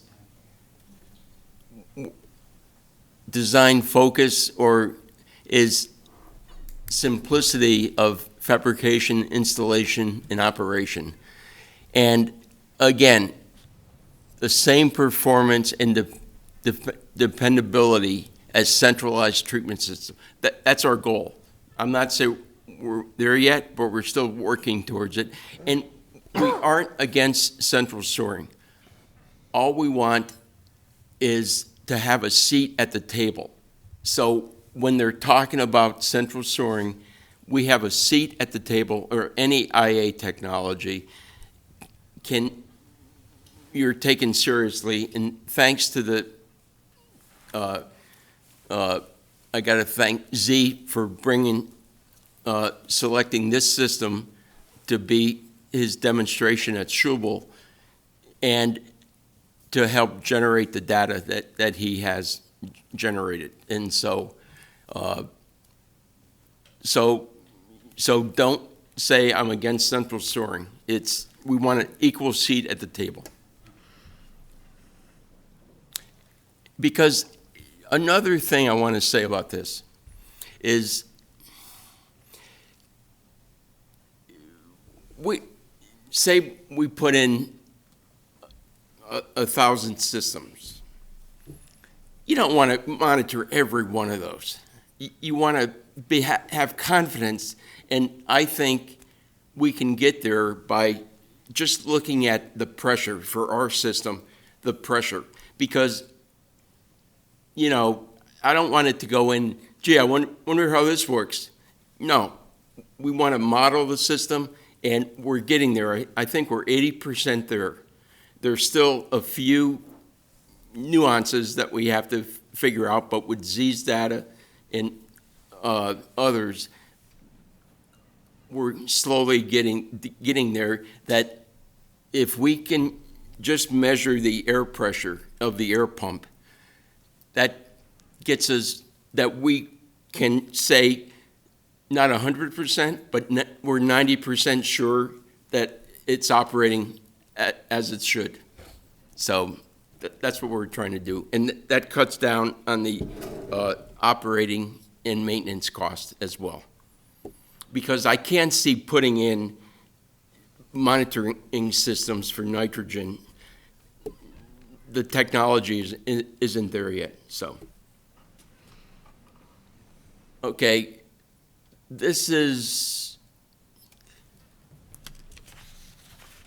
you can see, we started slow, 2 units, and the guys who worked with me on the Cape, I look at this in actual installations, and 219, this was the West Falmouth fire station. That's the only system we had. And the 2 guys, my partners, they stayed with me on the Cape because, and then it took off. You can see the exponential growth. And now we're doing units in Wellfleet, across the island, and also for 2024, we have the first system going in 2 weeks in Nantucket. So, and if you look here at the growth, the first, this is the installation in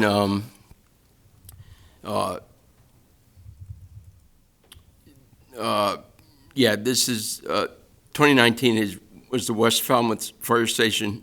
This was December. This was Nashawina, and then it started.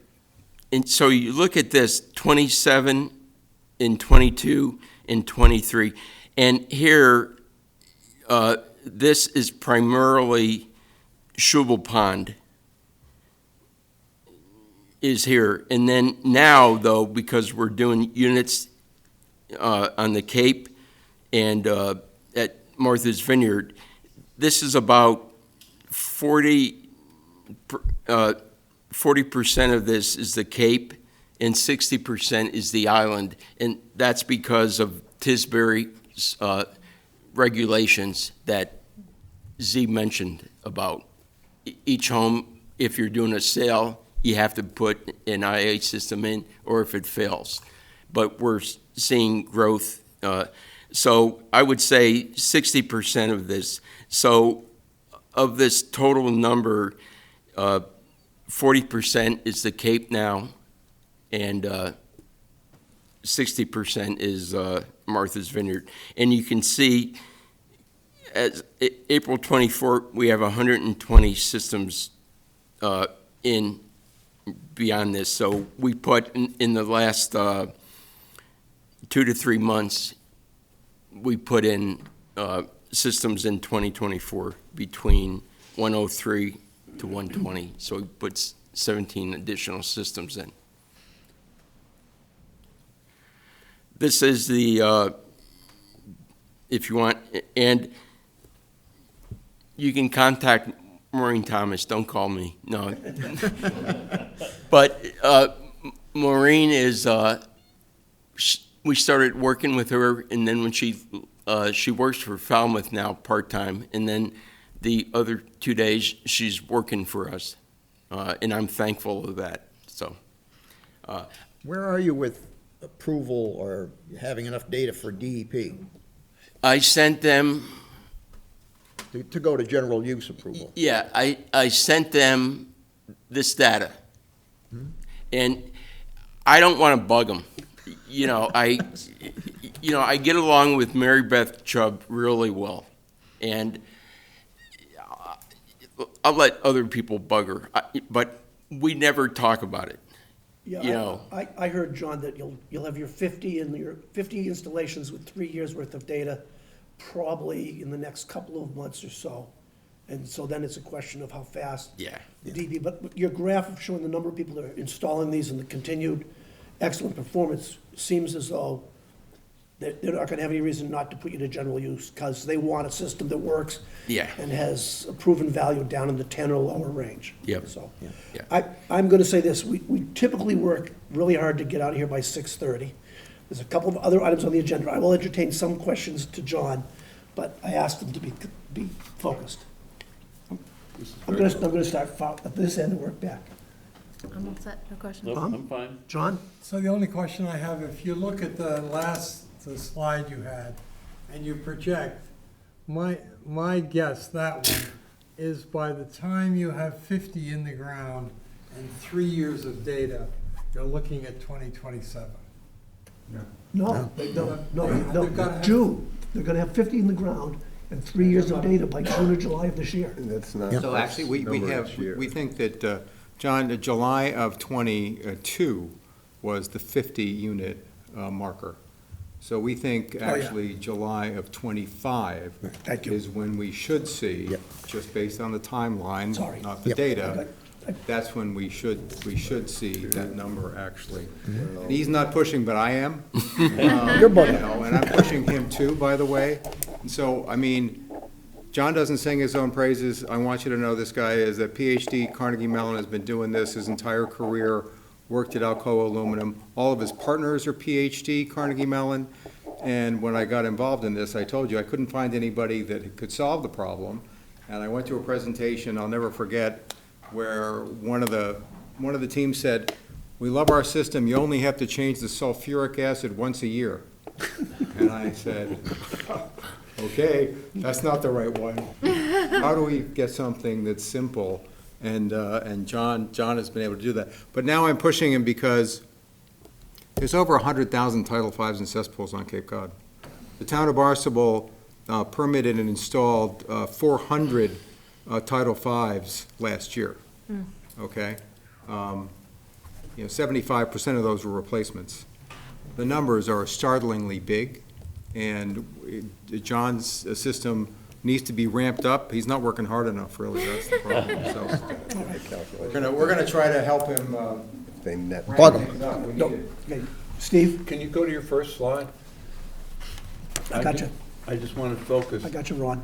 They net $2,000 a system, they make 200. on how, I think, yes, that one. That one. No, you went No, that, not you that said one. first. All right, No. the second one. The first substantive one. There you go. You emphasized the 100% gravity flow, but I submit that for most single-family houses, they have to have a Title V. If all they have is a cesspool, it's not our problem. They still need to go to a Title V, even if we didn't exist. If the IA, if you didn't need to denitrify anything, they would still be legally required to go to Title V. So that cost is not For a on. cesspool, yes, but for a leaching pit, we have put in on the vineyard. Well, wait a second, Okay, I'll I'm make sorry. it easy to answer. Okay. So they already have the septic tank and the leaching field. Yes, If it's like my house, the septic tank is already as high as it can be, because it has to be lower than the lowest fixture in the house, unless you have pumps. And the leaching field is wherever you could put it lower than that, and landscaping constraints and boundaries and so on. So the nitro E tank just has to be in between. And you really only need access to the pipe where it comes out of the septic tank. You cut that and you put a gazinta and a gazouta. And then you put your nitro E tank wherever you want to. And if you have to use a pump, that's still gonna be peanuts by my intuition. Yeah. Compared to relocating any of the other stuff. yes. And in some cases, That's the cost Yeah. of this system. yeah, You agree?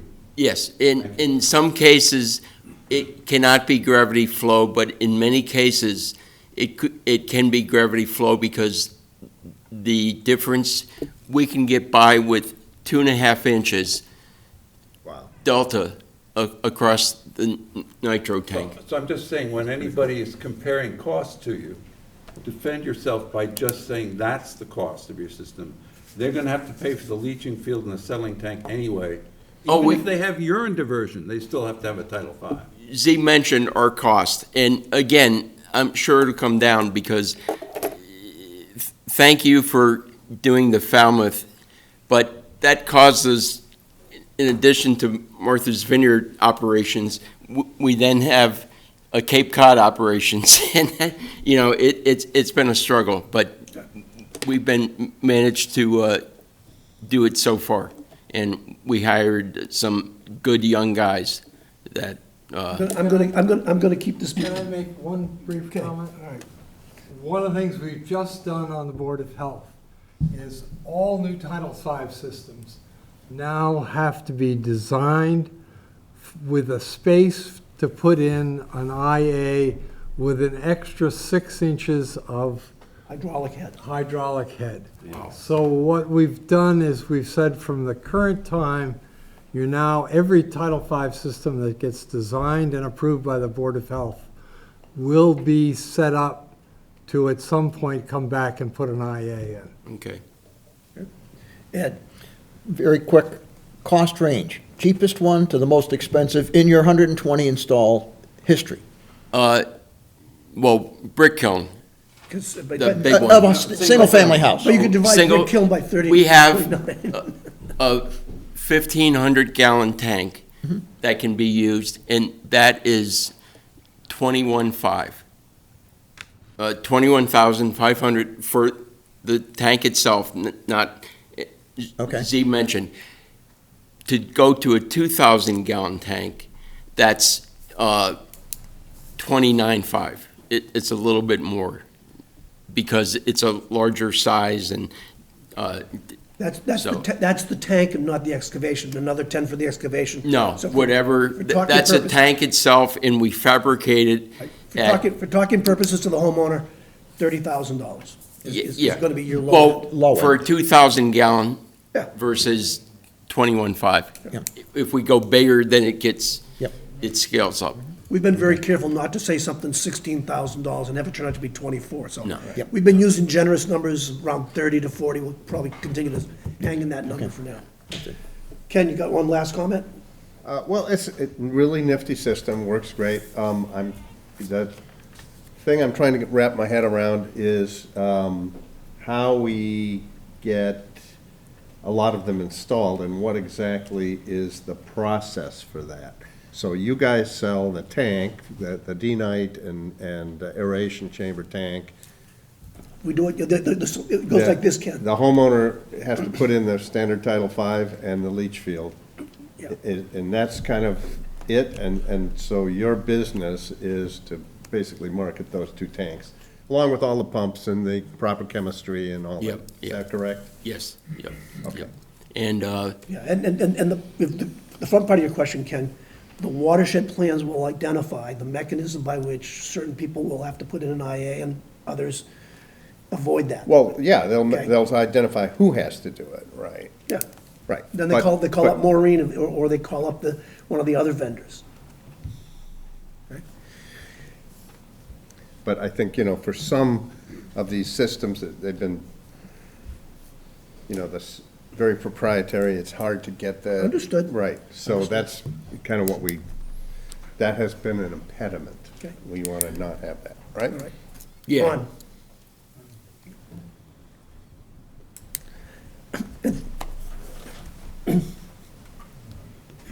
Thanks, Steve. Ron Zweig, Precinct 1.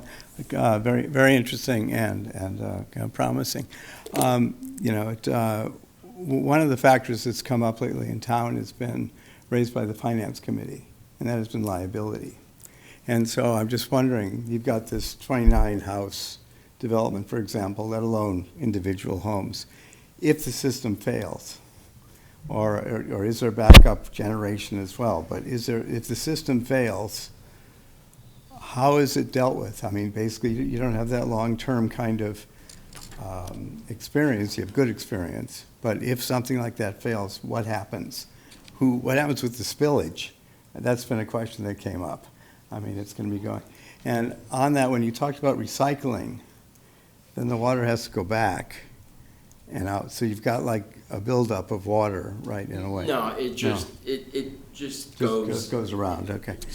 But Yeah. in terms of, we're confident enough that if there's a problem, we have the expertise to address it.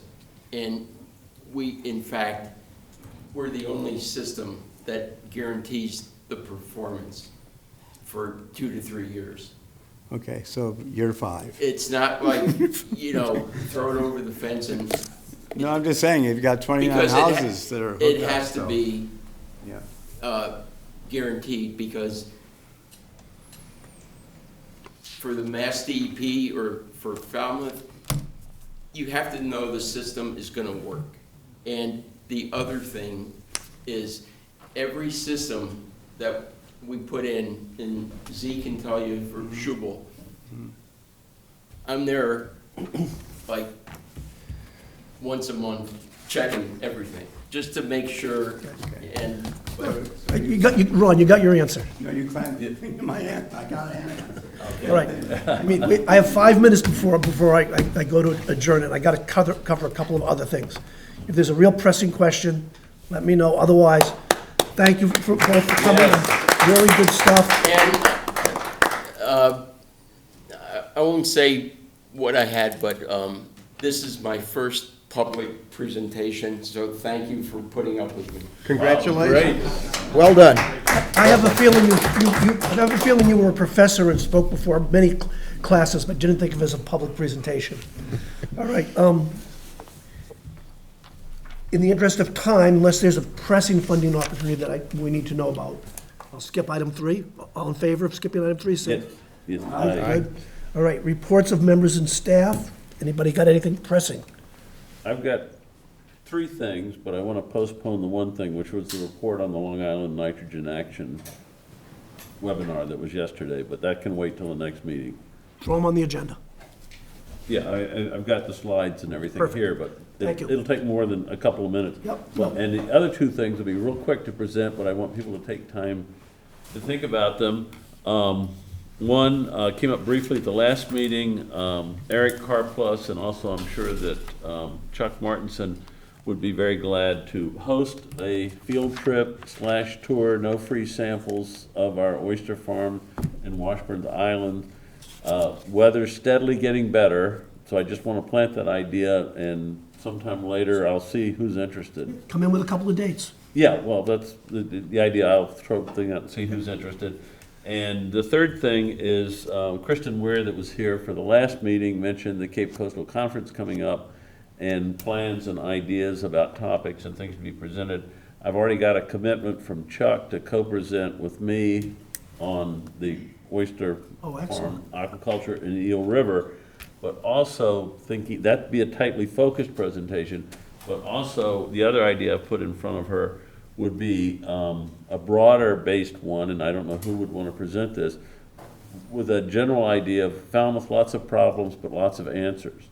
Because we've got the horsepower here and some of the skill, and other people show up at meetings and say, what's Falmouth doing, and we're so impressed. So I'd love to see someone willing to present a broad brush approach to what's been going on in Falmouth.